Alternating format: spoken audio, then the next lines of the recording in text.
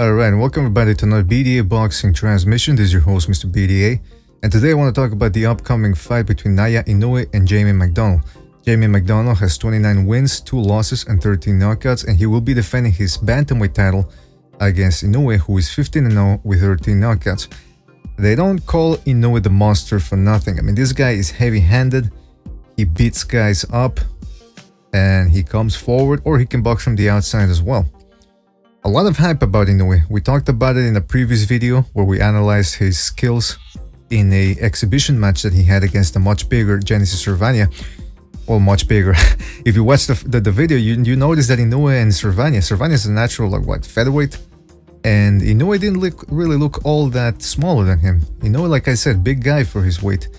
And he's moving up to 118 now to take on McDonnell. Inoue, let me tell you something, he's beaten guys like Taguchi, who is the former junior flyweight champ, who just lost his title to Hecky Butler last week, and David Carmona, Mexican, who later went on to give Carlos Cuadras all he could handle. So those are really Inoue's biggest wins. Of course, the Narvaez fight, but then again, Narvaez, you know, past his peak, past his prime, but credit to Inoue, he took him out. And that's why a lot of people have been very high on Inoue.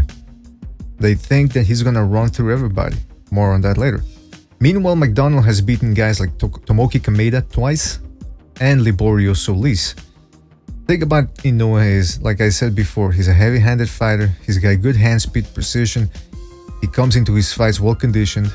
See the Carmona fight where he really ended strong. And he's very good at rolling with the right hands.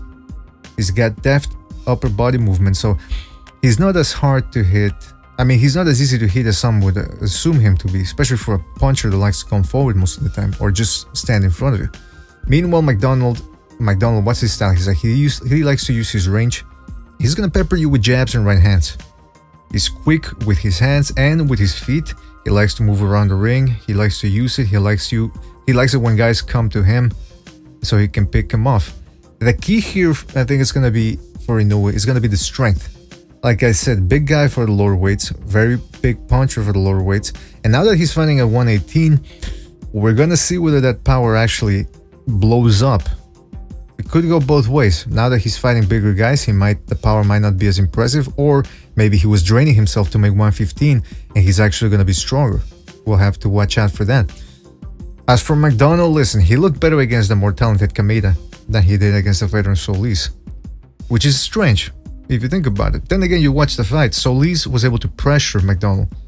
Meanwhile, Kameda fought the British guy where McDonnell wanted him. He wanted him on the outside so that he could be at the end of his shots.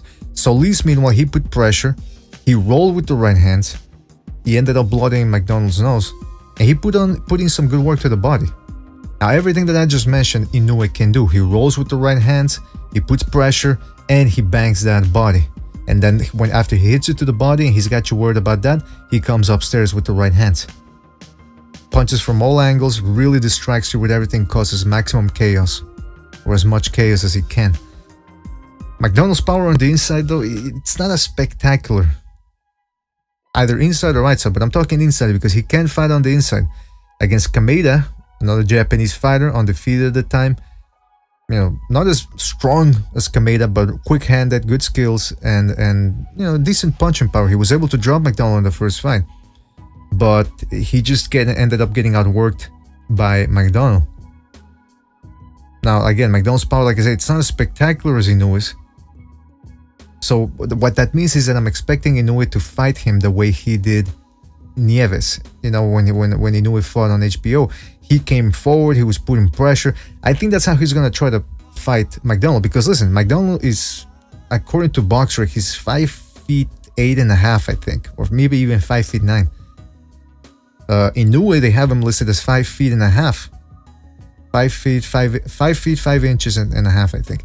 So there's a bit of a discrepancy there in height. But no, he was able to put pressure against guys like Nieves. But can he get to McDonnell? I don't think it's going to be a good idea to fight McDonnell at the end of his punches. That's where McDonnell wants to fight. Inoue has to come forward. Now here's the question. Did McDonnell have a night off against Solis? Or is this how he does against very good pressure fighters? Because like I said, he was bloodied up. He himself admitted he didn't look good. The commentators admit he didn't look good against Solis. he was looking sharp in the rematch before the accidental headbutt stopped the fight. So we'll have to watch out. Now, this fight has larger implications than just WBA bantamweight title. The winner could take part in the World Boxing Super Series bantamweight tournament that they are planning. It's still not finalized, but so far they want to have Solani Tate, who is ranked as a #1 bantamweight and who just stopped Narvaez, the veteran. There's also going to be the undefeated Ryan Burnett from England, and Emmanuel Rodriguez, also undefeated, who just defeated, what was his name, Paul Smith or something, Paul, in a couple of weeks ago on the undercard of Bellew versus David Haye. So imagine if Inoue joins that fight, or maybe even McDonnell. I mean, that tournament, that would be a sensational tournament. So keep an eye on this fight. It's going to be broadcast on ESPN Plus. There is I'm in Canada, so that fight is 13 hours. There's a 13-hour difference between here and the East Coast and Japan. So I don't know if you're in the West Coast and what time it's going to be. All I know is that here it's probably going to be at something at 8 a.m. I think, maybe even earlier. So gonna have to keep your eyes on that one. Pretty good fight. There's not that much going on this Saturday, but at least we have that fight on Friday night over there in Japan. It's going to be Saturday. They're living in the future. Don't forget to like this video. Don't forget to subscribe. Leave your predictions in the comment section. Don't forget to check out our Patreon page. And don't forget to check out Spreaker, Spreaker.com/BDA Boxing, where we now have a downloadable format for our podcast. And we'll see you in the next one, folks. Thanks for watching.